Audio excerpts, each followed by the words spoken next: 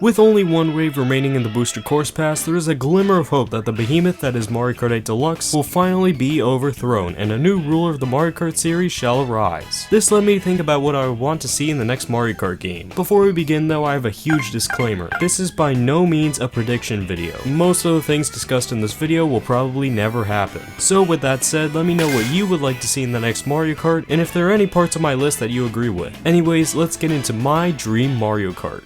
Let's start with the title screen that displays the game modes for this Mario Kart. Let's keep that the same with single player, multiplayer, online, and wireless play. But when you choose a mode, then it gets interesting as 3 options appear before you. Standard mode, Double Dash mode, and mission mode. Standard mode is your normal Mario Kart obviously, but Double Dash mode is a throwback to Mario Kart Double Dash, the Mario Kart where you can race with 2 characters at once. This mode would be so much fun, and I really hope that it actually gets into the Mario Kart series once again. After that is mission mode, which was one of my favorite parts of Mario Kart DS and should return with the same format. This format is 6 levels with 8 missions and 1 boss for each level. Boss battles in Mario Kart was such a unique and fun experience that I would love to see again. Next is the character roster, which is pretty easy for me. Take the Mario Kart 8 Deluxe roster and add in all the remaining tour characters plus Rob with their alternative skins as well. All clone characters and skins can be packaged with their character, like the alternative colors for Yoshi, Shy Guy, and Birdo. This allows for new characters to fit on the select screen and for more clone characters to be accepted. Now I only have one new character, and that is of course Captain Falcon. You know, I wrote this script before F-Zero 99 was announced, so I would say either give this dude a game or add him to Mario Kart, but just add him to Mario Kart anyways. F-Zero references have been in Mario Kart for so long, and it's an absolute crime that he isn't in the series at this point. I know people really don't like the idea, but seriously, you act like going from 6 to 7 cross-franchise characters makes it become Nintendo Kart. Like, come on, we can have one exception here. In terms of vehicles, just add the tour ones to the game with the Wii bikes. I don't think there's a need for anything new here. And make the bikes wheelie. This was such a cool part of Mario Kart Wii that is not returned and definitely should. The vehicles would also have a character standing on the back as well, or have a seat added for Double Dash mode. Whatever works to allow 2 characters on 1 kart. Now it's time for the spicy stuff with the tracks coming up next. Now obviously others will not have the same opinion as me, but as someone who has played a lot of the Mario platformer games, I thought Yoshi's Island was such a cool track with it paying tribute to the actual game. How cool would it be if we had all the Nitro tracks for the game based on places in the Mario series? I've thought of 16 tracks that have this theme, and I would like to share them with y'all. And for the new game mechanic, the one I have is the pipe. This can be used as a transition and would work like the pipes in Pipe Plaza, dropping you right into the action. This has existed already, but it's kind of the same way with anti-gravity being in DS and underwater kind of being in Wii. First up for the tracks, we have Ground Circuit, which is a cool Super Mario Bros. Starter track. How this will work is you go through 1-1 with Goombas and Koopa Troopas to avoid while having the block sections as ramps. Then all of a sudden you go down a pipe and that sends you back to the start with a 1-2 sewer. You can go across the gaps with glider sections to make things simple and make that block section a tunnel. Since these levels are short and you're going super fast in a kart, this will make for a super fun 3-lap circuit track to begin the game. Next in the Mushroom Cup is Bomb on Battlefield from Super Mario 64. And since there are so many custom tracks already for this level, I don't really need to explain here. The third track in the cup will be the Comet Observatory from Mario Galaxy. Now this would be a circle and everyone loves circle tracks, but in my opinion this could work out quite well, especially if you could use the warps to maybe visit a couple of galaxies as well. And last in the Mushroom Cup is Tossed Arena from Super Mario Odyssey. This will basically run through the level as a 1-lap marathon. And that concludes the Mushroom Cup, so let's move on to the Flower Cup, starting with Gritzy Desert from Mario and Luigi Partners in Time. This is their opportunity to make a really good desert track, and they already have the Smash Bros remix for this theme, which sounds amazing. Next is a slalom track from Mario and Sonic at the Olympic Winter Games. This style was really cool in Mount Wario, and the King Boo race in the game was fantastic as well. Then we have Rico Harbor from Super Mario Sunshine. This track is an underwater track where you avoid obstacles like in the game and could actually work in Mario Kart. And to end off the Flower Cup, we have a cloud track that is reminiscent of the cloud sections across the Mario series. You can hop between clouds and collect a bunch of coins along your journey. So I'm editing this video and I realized that I completely forgot that there are already 2 tracks in the series that already have this idea, so instead let's go with the Super Mario Bros. Wonder track. I can't elaborate too much on this because it hasn't come out yet, but I feel like it should be thrown into this anyways. Starting off the Star Cup is Bowser's Fury, which is basically a run through of the map in Bowser's Fury. It was so fun to speed across the map with Plessie, so there's no doubt in my mind that it would be fun in karts as well. Next is Tall Trunk Slide from Mario Galaxy 2. This is probably one of my most wanted tracks in Mario Kart. The anti-gravity would work so well in this level, and there are a lot of things to avoid between pits and enemies. Third in the Star Cup is Chavaria from Super Mario Odyssey once again. This is literally a racetrack, so it would fit perfectly in Mario Kart. Obviously this would be one of the worst in the game, but if you convert some of the bouncy sections into fun trick sections, then maybe it could still be pretty fun. And to end off the Star Cup, I have Paper Mario, which would literally be Yoshi's Island, but instead with Paper Mario references. I think it could work out really well. Last is the Special Cup, which begins with Super Mario World themed after the SNES game itself. This would have the track layout as the world map, and you could get to see all of the landmarks. Second in the Special Cup is a Super Mario 3D land track. This would be like a Yoshi's Island sort of thing as well. And next is Bowser's Castle from Super Mario Odyssey.